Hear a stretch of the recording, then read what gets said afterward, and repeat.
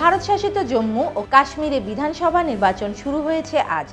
জম্মু ও কাশ্মীরে ৯০টি বিধানসভা আসনের মধ্যে আজ বুধবার প্রথম দফায় ২৪টিতে ভোট গ্রহণ চলছে। বুধবার ১৮ সেপ্টেম্বর ভারতীয় সংবাদ মাধ্যম এনডিটিভির এক প্রতিবেদনে এ তথ্য প্রকাশিত হয়।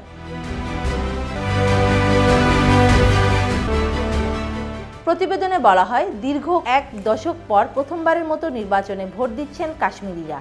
National Conference, PDP, BJP, Congress সহ বিভিন্ন রাজনৈতিক দল ও স্বতন্ত্র মিলিয়ে এই নির্বাচনে প্রার্থীর সংখ্যা ৯০৯। প্রথম পর্বে নির্বাচনে দক্ষিণ কাশ্মীরের ৪ জেলা পুলওয়ামা, কুলগাম, অনন্তনাগ ও শোপিয়ানের ১৬টি এবং জম্মুর চন্দ্রভাগা উপত্যকার জেলা ডোডা, কিস্তোয়ার ও রামবনের ৮টি বিধানসভা আসনে ভোট গ্রহণ হবে।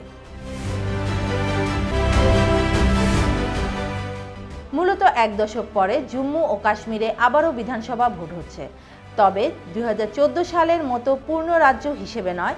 ভারতীয় সংবিধানের ৩৭০ ধারা বাতিলের ফলে বিশেষ মর্যাদা হারানোর পাশাপাশি রাজ্যের তকমাও হারিয়েছে জম্মু ও কাশ্মীর।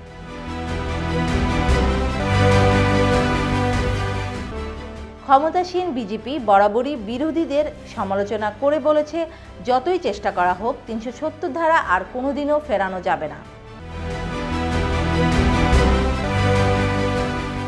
গত সোমবার জম্মু ও কাশ্মীরের প্রথম দফার ভোটের প্রচারণায় শেষ দিনে কড়া ভাষায় বিরোধীদের আক্রমণ করেছেন ভারতের কেন্দ্রীয় স্বরাষ্ট্রমন্ত্রী অমিত শাহ। তিনি বলেন, আবার উপত্যকায় সন্ত্রাসবাদ পুনরুজ্জীবনের চেষ্টা শুরু হয়েছে, কিন্তু তা সফল হবে না। বিরোধীদের নিশানা করে তিনি আরও বলেন, যতই চেষ্টা করা হোক ৩৭০ আর কোনোদিন ফেরানো যাবে না। এদিকে নির্বাচন নির্বিঘ্নে সম্পন্ন করতে কঠোর নিরাপত্তায় মুড়ে ফেলা হয়েছে জম্মু কাশ্মীরের সমতল থেকে পাহাড়ি এলাকা। প্রসঙ্গত, জম্মু ও কাশ্মীরে আগামী ২৫ সেপ্টেম্বর দ্বিতীয় দফায় ২৬ আসনে এবং ১ অক্টোবর তৃতীয় দফা শেষ দফায় ৪০ আসনে ভোট গ্রহণ হবে। ভোট গণনা হবে আগামী ৮ October. Desk news, media express.